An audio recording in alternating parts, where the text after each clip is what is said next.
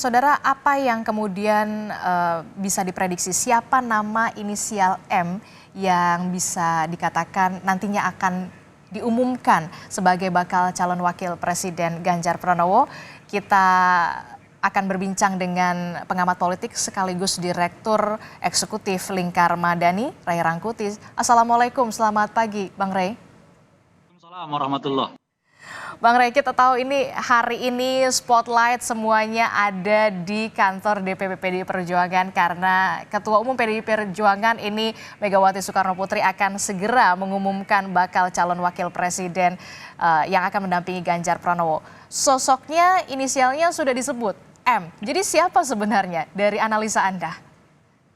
Iya, sebetulnya tidak terlalu sulit lagi untuk menebak ya. Ah, Saya kira udah sangat mengkerucut hampir 90% itu kepada Pak Mahfud MD. hmm, Semua syarat-syarat, semua kriteria-kriteria, baik dari usia, asal-usul, kedekatan dengan lembaga ini, lembaga itu, pengalaman dan sebagainya itu, komposisi itu hanya mengerucut kepada Pak Mahfud MD gitu. mhm, Jadi saya kira udah hampir 99% nama yang akan diumumkan itu adalah Pak Mahfud MD gitu. hmm. Oke, apa yang kira-kira menjadi pertimbangan kemudian dari PDI Perjuangan sendiri dan juga dari koalisi pendukung dan juga pengusung dari Ganjar Pranowo di Pilpres 2024 akhirnya oke, Mahfud MD. Apa kira-kira yang menjadi pertimbangan? Pertimbangan pertama tentu saja soal elektabilitas. Ah, Bukan saya elektabilitasnya Pak Mahfud ya, tetapi juga apakah yang calon wakil presiden ini dapat mendongkrak elektabilitas secara keseluruhan dari pasangan ini gitu. Bisa saja elektabilitas wakil presiden atau calon wakil presiden, tapi begitu dipasangkan dengan orang-orang tertentu nggak naik, gitu. hmm, Nah ini mungkin yang lagi di apa namanya itu ya dicocokkan gitu. Nah, saya seringkali menyebut ada 4 faktor menyebabkan seseorang itu dapat terpilih sebagai calon wakil presiden ya. Dan 4 ini akan kita coba ujikan nanti kepada Pak Mahfud. Di mana kira-kira posisinya dalam 4 kriteria ini ya. Pertama adalah soal elektabilitas gitu. Nah, yang kedua soal isi tas.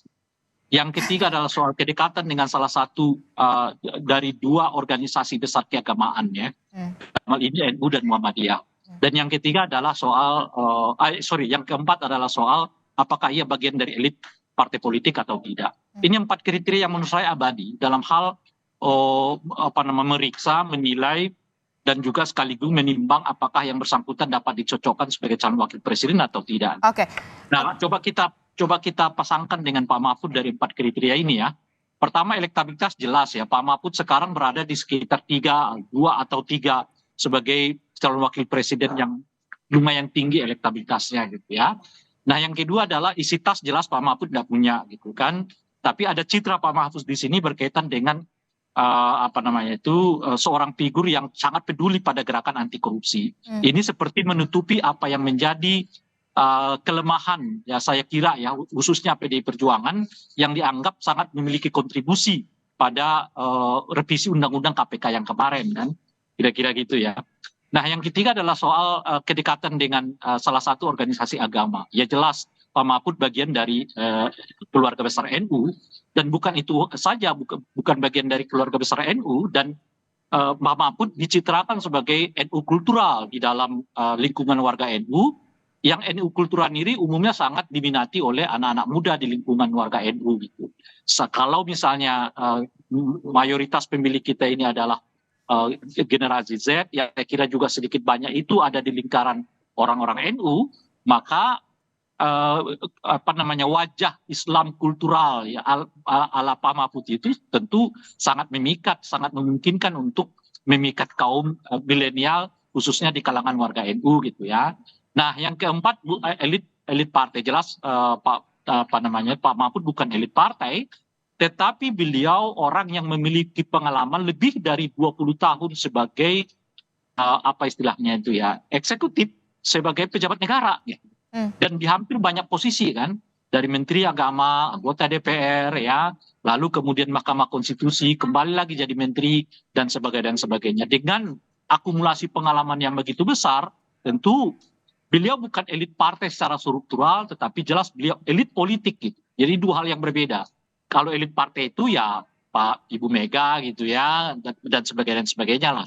Tapi elit politik itu jelas, hampir selama lebih dari 25 tahun, Pak Mahfud berkarir di dunia politik, dan hampir semua posisi telah beliau rengkuh dalam pengertian tiga cabang kekuasaannya, baik eksekutif, legislatif, maupun yudikatif. Oke.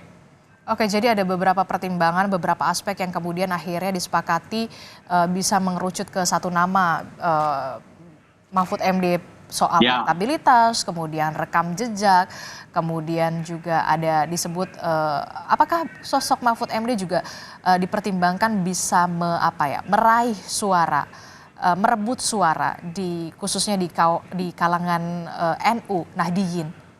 iya.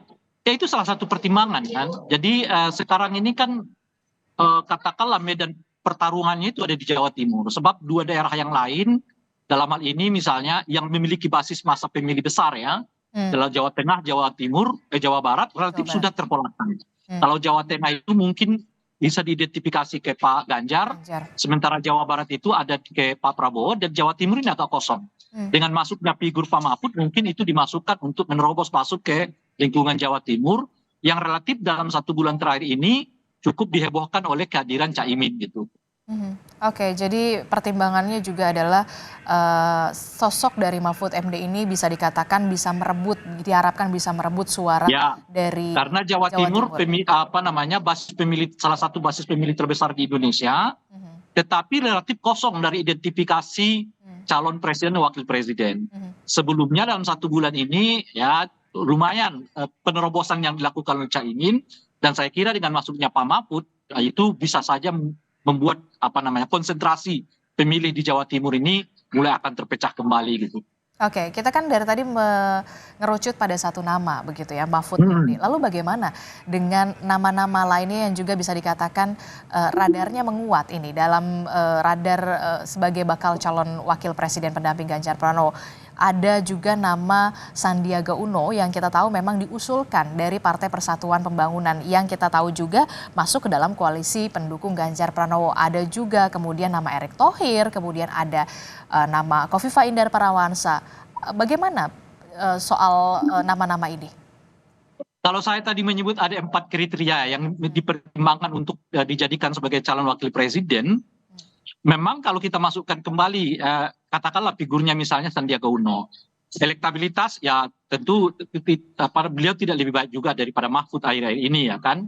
Kedua, isi tas jelas beliau ada ya. Yang ketiga, soal kedekatan dengan NU atau Muhammadiyah relatif beliau tidak punya kalau dibandingkan dengan Pak Mahfud.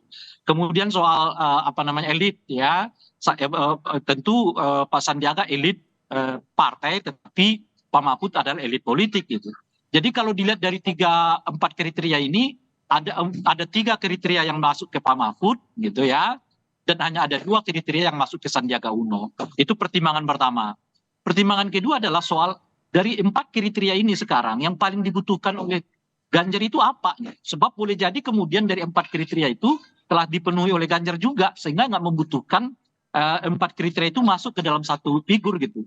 Nah, kalau dilihat dilihat sekarang tingkat kebutuhannya adalah menguasai wilayah Jawa Timur, ya dengan sendirinya ya peringkat ketiga itu ada ataupun level ketiga itu atau ciri ketiga itu adalah memiliki kedekatan dengan NU menjadi pertimbangan yang paling dominan gitu. Nah, dalam konteks itulah nama Pak Mahfud menjadi lebih kuat ya dibandingkan dengan apa namanya itu Nama-nama yang lain. Sandiaga Uno, ya kan, karena Sandiaga Uno relatif tidak teridentifikasi dengan baik Muhammadiyah maupun kepada NU gitu.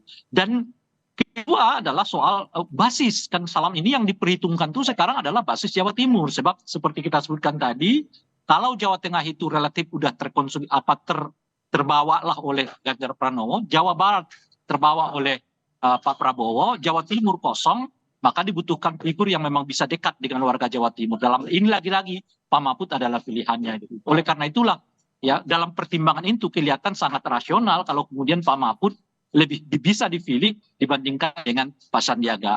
Bagaimana dengan Ibu Khofifah?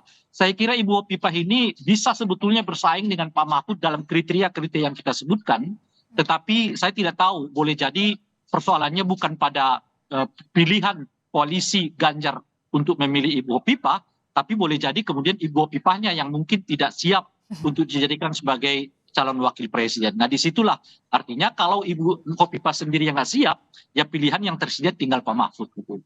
Oke, kita akan lihat bagaimana sebenarnya siapa sebenarnya sosok inisial M yang nantinya akan diumumkan sebagai Ya. bakal calon wakil presiden ya. Karena kita tidak Kalau tahu ya. kalau M kan bukan Khofifah, bukan Sandiaga, bukan Erick Thohir kan?